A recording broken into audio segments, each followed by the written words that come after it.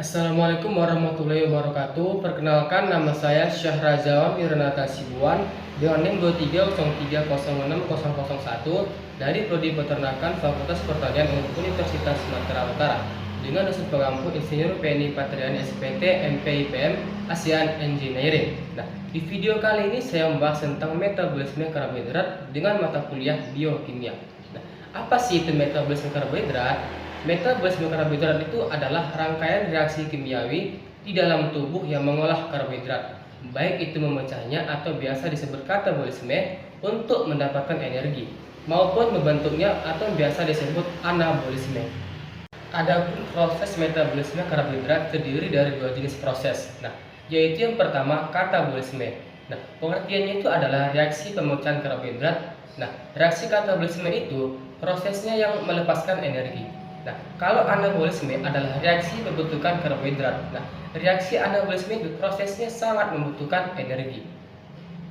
Fungsi karbohidrat itu ada empat. Yang pertama itu sebagai sumber energi utama, yang kedua meningkatkan kinerja otak, yang ketiga menyimpan energi, yang keempat mengatur metabolisme lemak. Nah, adapun proses-proses pada metabolisme karbohidrat itu ada empat. Yang pertama itu ada namanya glikolisis, yang kedua glikogenesis, yang ketiga glikogenolysis, yang keempat gluconeogenesis.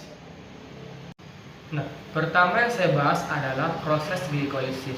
Nah, pengertiannya itu adalah jalur metabolisme yang mengubah glukosa menjadi pirufat, NADH, dan energi dalam bentuk ATP.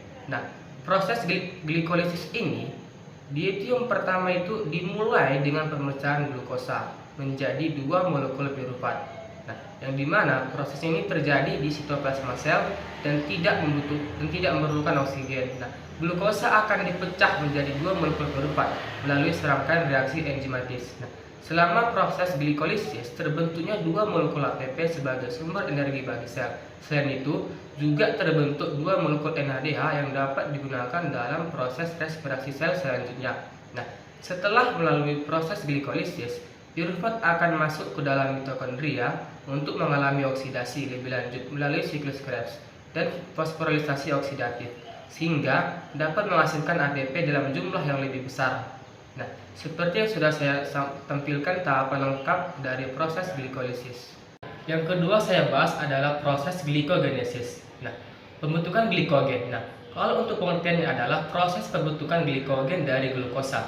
Glikogen merupakan cadangan energi dalam tubuh yang disimpan di hati dan otot. Nah, proses ini terjadi ketika tubuh memiliki asupan glukosa yang berlebih, sehingga kelebihan glukosa akan dikonversi menjadi glikogen.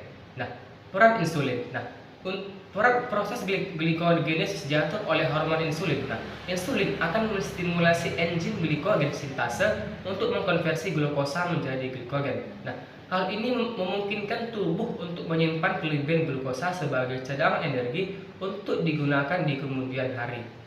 Nah, simpan energi. Nah, glikogen yang tersimpan di hati dan otot dapat digunakan sebagai sumber energi ketika tubuh membutuhkannya. Nah, proses pelepasan glikogen dari simpanan disebut glikogenolisis. Nah, seperti yang sudah saya tampilkan tahapan lengkap dari proses glikogenesis.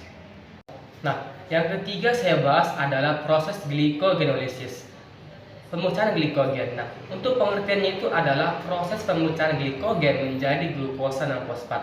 Nah, proses ini terjadi ketika tubuh membutuhkan energi, seperti saat berolahraga atau saat kadar glukosa darah rendah.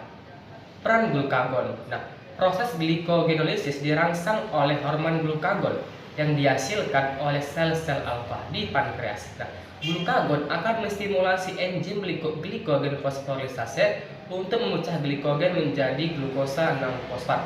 Nah, energi untuk tubuh. Nah, glukosa 6-fosfat yang dihasilkan dari glikogenolisis dapat digunakan sebagai sumber energi bagi sel-sel tubuh melalui proses glikolisis dan respirasi sel selanjutnya. Nah, seperti sudah saya tampilkan tahapan lengkapnya dari proses glikogenolisis. Nah, dari proses glikogenolisis ini, proses pemecahan glikogen dia terjadi pada dalam otot dan dalam hati. Nah, kalau dalam otot, tujuannya itu untuk mendapatkan energi bagi otot. Nah, hasil akhirnya yaitu pirufat atau laktat, sebab glukosa 6T yang dihasilkan dari glikogenolisis masuk ke jalur glikolisis di otot. Nah, Kalau dalam arti, tujuannya itu adalah untuk mempertahankan kadar glukosa darah di antara dua waktu makan. Nah, glukosa 6T akan diubah menjadi glukosa. Nah, yang keempat saya bahas adalah proses gluconeogenesis. Nah, gluconeogenesis yang berarti kebutuhan gula baru adalah proses metabolisme di mana tubuh mensintesis glukosa dari prekursor non-karbohidrat seperti asam amino, piruvat, dan gliserol. Nah, proses ini terjadi terutama di hati, meskipun ginjal dan otot juga dapat memainkan peran kecil. Nah, proses pembentukan glukosa dari senyawa prekursor karbohidrat pada jaringan hewan ataupun di hati, tumbuhan yang terdapat di biji dan mikroorganisme. Nah, reaksi gluconeogenesis berlangsung di semua organisme dengan pola yang sama. Perbedaan terjadi pada beberapa senyawa metabolik dan sistem pengaturannya. Seperti yang sudah saya tampilkan tahapan lengkapnya dari proses gluconeogenesis.